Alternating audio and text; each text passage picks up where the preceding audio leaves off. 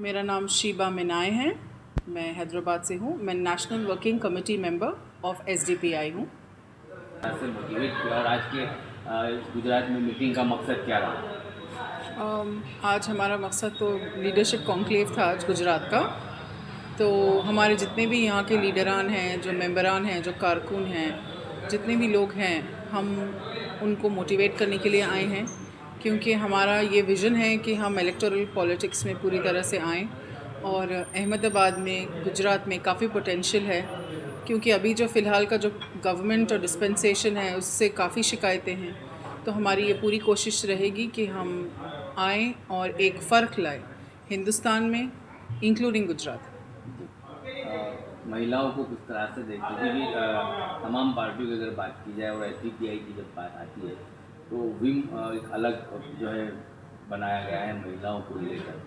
तो कैसे वो काम करती हैं और चुनाव में उनका किस तरह से जो है काम लिया जाता है उनसे? देखिए, एसडीपीआई का जो फंडामेंटल है वो ये है कि वो बहुत ज़्यादा ऑटोनॉमी देती है, बहुत ज़्यादा फ्रीडम देती है अपने लोगों को। ऑफ कोर्स लीडरशिप का एक उनका एक हाथ होता है, एक अम्ब्रेला होता है, बट ओवरऑल काफ़ी ऑटोनॉमी होती है। तो विम एक डेडिकेटेड वुमेंस ऑर्गेनाइजेशन है जहाँ पे विमेन काम करती हैं फॉर विमेन इश्यूज़। उसके अलावा जैसे मैं विम का हिस्सा नहीं हूँ, बट मैं एसडीपीआई का हिस्सा हूँ। तो मैं ऑल ओवर इंडिया में हूँ, तो हैदराबाद से, बट मैं ऑल ओवर इंडिया जाते हैं और काम कर रहे हैं, इंक्लूडिंग विमेन। तो इससे आपको ये पता चलता है कि अनलाइक मैनी अदर पार्टीज़ जो सिर्फ नेम सेक के लिए यूजुअली वुमेन को रखती हैं, they are like flower pots, the beauty of the party, जहाँ पे सिर्फ रखा होता है, वेरी ऑर्नामेंटल पर्पस। एसडीपीआई में ऐसा नहीं है। औरतों को जगह दी जाती है, औरतों को encourage किया जाता है, और हम भी उतने ही एक्टिवली इन्वॉल्व हैं पॉलिटिक्स में जैसे हमारे जो भाई हैं एसडीपीआई के। सो एंड उसके अलावा एक चीज़ ये होती है कि women come with a special strength that may be men don't have, because God has given that to us differently. तो हमारी जो एक फेमिनिटी होती है, हमारी जो एक स्ट्रेंथ होती है, हमारी जो एक सॉफ्टनेस होती है, उसको हम एक स्ट्रेंथ बना के हम यूज़ करते हैं। इनफैक्ट काफ़ी टैलेंट है हमारे पास पार्टी में। विमेन जो है, जो स्ट्रैटेजी का हिस्सा है, जो इम्प्लीमेंटेशन का हिस्सा है, जो इलेक्शन कैंपेन्स का हिस्सा है, जो प्रमोशंस का हिस्सा है।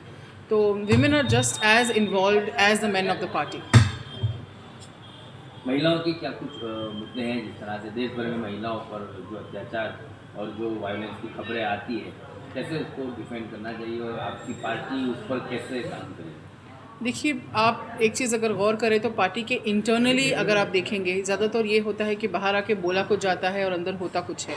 हमारा इंटरनली काफ़ी ट्रांसपेरेंसी और काफ़ी वुमेन एम्पावरमेंट के हमारे इनिशिएटिव्स हैं। अगर आप गौर फरमाएं तो हमारी यही कोशिश रहेगी हमेशा कि हम उसी तरह से काम करें, because women are a very integral part of the society. और अगर हम हमारे 50% का ख्याल नहीं रखेंगे तो फिर पॉइंट नहीं है इसका। आप अगर देखें तो फ़िलहाल जो जैसे बीजेपी कर रही है, जैसे रिसेंटली एक बिल पास हुआ था पार्लियामेंट में, जहाँ पे वो कह रहे थे कि जब सीट्स बढ़ेंगी तो तब वो 33% देंगे।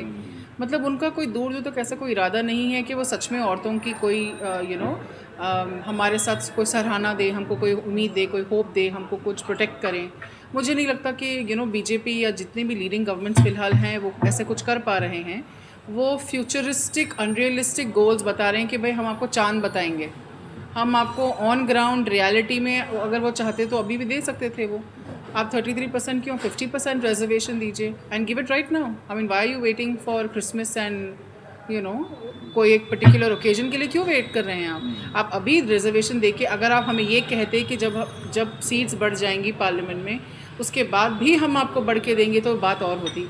उनको अभी कुछ नहीं देना है, बस आगे देना है। इनफैक्ट एज अ पार्टी वो औरतों के ख़िलाफ़ जितने भी जुल्म होते हैं उनको वो सपोर्ट और इंकरेज करते हैं।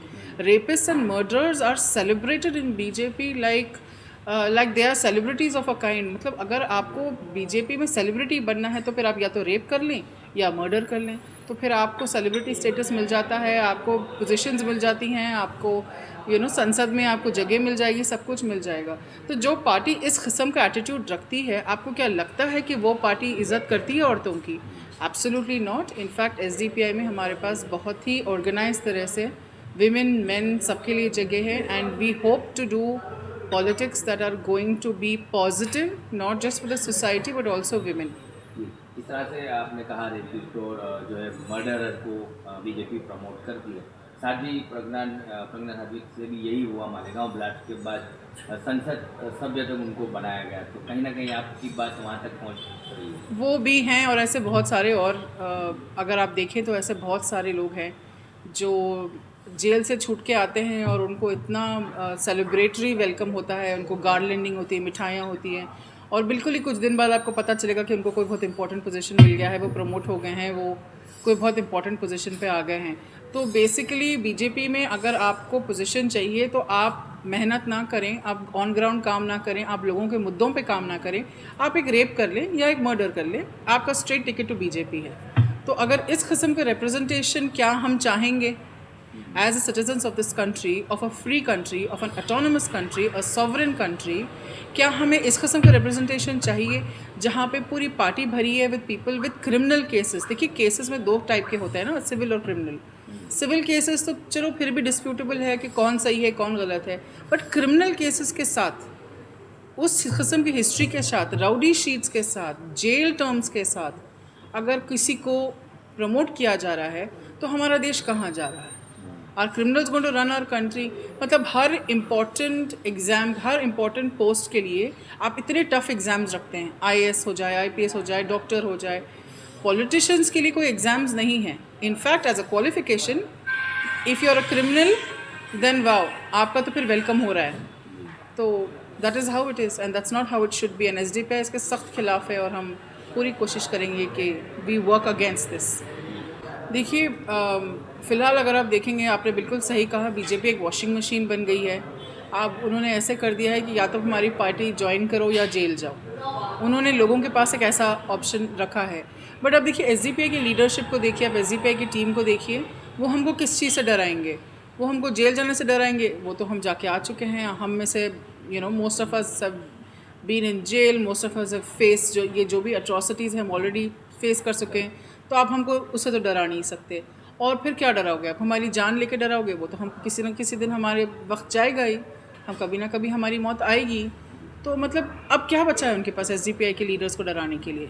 तो हम हर चीज़ के लिए हम रेडी हैं। तो शायद हम एक अकेली ऐसी पार्टी हैं पूरे हिंदुस्तान में जो बिना डर और खौफ के हम उनके साथ और उनके इख्तिलाफ़ में ठहर सकते हैं, ठहरेंगे।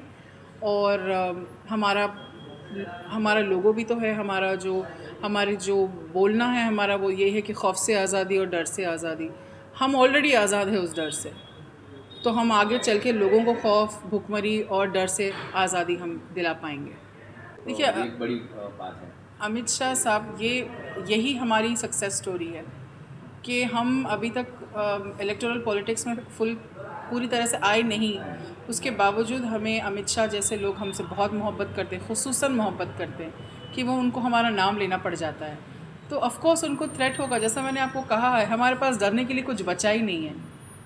तो अब उनको डर तो होगा ना उनको कि यार एक निडर पार्टी जो कोई चीज़ से डर नहीं रही है, ना हम इनको मौत की धमकी दे सकते हैं, ना हम इनको जेल की धमकी दे सकते हैं, ना हमको ED का कुछ धमकी दे सकते हैं, ना ही कोई करप्शन से हमारा कोई वास्ता है कि भाई हमको हमारे कुछ केसेस निकलेंगे और हमको डर, मतलब कुछ बचा ही नहीं है ना उनके पास हमको डराने के लिए। तो ऐसी निडर पार्टी से तो खौफ लाजमी है ना।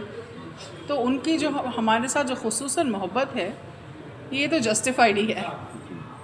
देखिए मुझे ये लगता है ना कि हर इंसान के अंदर एक आग होती है जो कोई एक पर्टिकुलर कॉज से जुड़ते हैं। जैसे मुझे वुमेन कॉजेज़ अच्छे लगते हैं, कुछ लोगों को शायद एनवायरमेंटल कॉजेज़ अच्छे लगेंगे, कुछ लोगों को शायद दलितों के साथ जुड़ना ज़्यादा बेहतर लगेगा, किसी को शायद ट्राइबल केसेस के साथ वो लगेंगे। तो मुझे ये लगता है कि संविधान को ज़िंदा रखने के लिए, क्योंकि अभी फ़िलहाल जो BJP RSS जो कर रही है वो हमारे संविधान को मार रही है, हमारी जो फ्रीडम है उसको मार रही है, उसको वो ख़त्म करने की पूरी कोशिश की जा रही है इन एवरी पॉसिबल वे, सीधा उल्टा हर तरह से वो कोशिशें कर रही हैं। तो मुझे लगता है कि जो भी इंसान जो भी कॉज़ के साथ जुड़ना चाहे वो जुड़े, वो उसके करीब आएँ। और हर इंसान, एवरी सिटीज़न अपने दिन का अगर 1 घंटा भी रोज़ दे दे या आधा घंटा भी रोज़ दे दे उस कॉज़ के लिए, इन व्हाटएवर वे पॉसिबल, उनको जुड़ के संविधान के लिए काम करना चाहिए।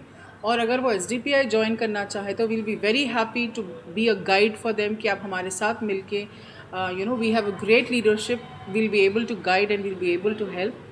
और आप वो कर सकते हैं, या अपने इंडिपेंडेंटली ही सही, even just as a citizen of this country, as a responsible citizen, आप जाएं and please dedicate yourself to a cause that you truly believe in and do it. और हर हिंदुस्तानी पे अब ये फ़र्ज़ हो चुका है कि हम इससे किसी हाल कोई ना कोई कॉज में हम जुड़े और आगे बढ़े।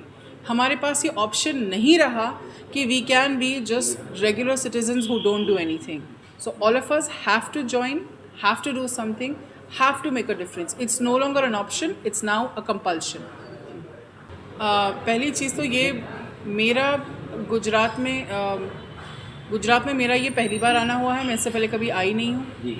तो आई हैव हैड मतलब मेरा जो कुछ प्री कंसीव नोशंस थे कि शायद यहाँ के SDPI की टीम शायद उतनी एक्टिव नहीं होगी, शायद यहाँ के लोग उतने अवेयर नहीं होंगे, शायद वो इतना इन्वॉल्व नहीं होंगे पॉलिटिक्स में, एक्सेट्रा एक्सेट्रा, क्योंकि बाहर से जो दिखता है और अंदर जो दिखता है वो अलग होता है। यहाँ आने के बाद I was pleasantly very surprise, बहुत ज़्यादा मुझे अच्छा लगा यहाँ पे कि यहाँ के लोग बहुत अवेयर है, बहुत जद्दोजहद कर रहे हैं, और यहाँ के चैलेंजेस दूसरे टेरेन से और दूसरे जियोग्राफिकल एरिया से थोड़े अलग हैं, और उस चैलेंजेस को लेते हुए काफ़ी खूबसूरती से यहाँ के लोग उसके साथ डील कर रहे हैं। I think the spirit, the enthusiasm बहुत ही अच्छा है। Hats off to the team over here and people over here. जो लोग मैडम SDPI से जुड़ना चाहते हैं, उनको एक डर ये भी सता रहा था कि कहीं ना कहीं SDPI का कनेक्शन PFI से अब तो वो रहा नहीं, तो वो कैसे लोगों के मन से डर निकाला जाए? देखिए, PFI के साथ SDPI का कनेक्शन कभी भी ऐसा नहीं था जैसा बताया जा रहा है या समझ जा रहा है। जैसा हम लोग हमेशा कहते आए हैं कि BJP के अलावा कोई भी पॉलिटिकल पार्टी या ऑर्गेनाइजेशन के साथ हम अलायंस करने के लिए तैयार है, और उसी तरह से हमारे अलायंसेस इससे पहले रहे हैं।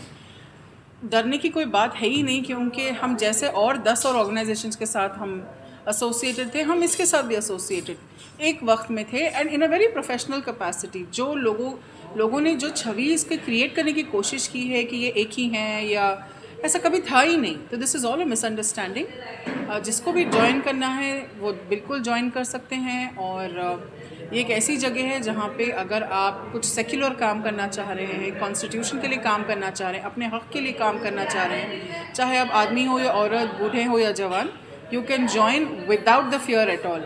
अगर आपको इस बात का खौफ अगर आपको है कि क्या पुलिस इस पर कुछ करेगी या गवर्नमेंट कुछ करेगी अगर हम जुड़ जाएं, तो हाँ, उसका तो डर है, और वो रहेगा, क्योंकि जो हमारी रूलिंग पार्टी है वो कोई भी एक पार्टी जो उनके ख़िलाफ़ ठहर रही है वो उसको डरा रही है, वो उसको दबा रही है, वो उसको सप्रेस करने की कोशिश कर रही है।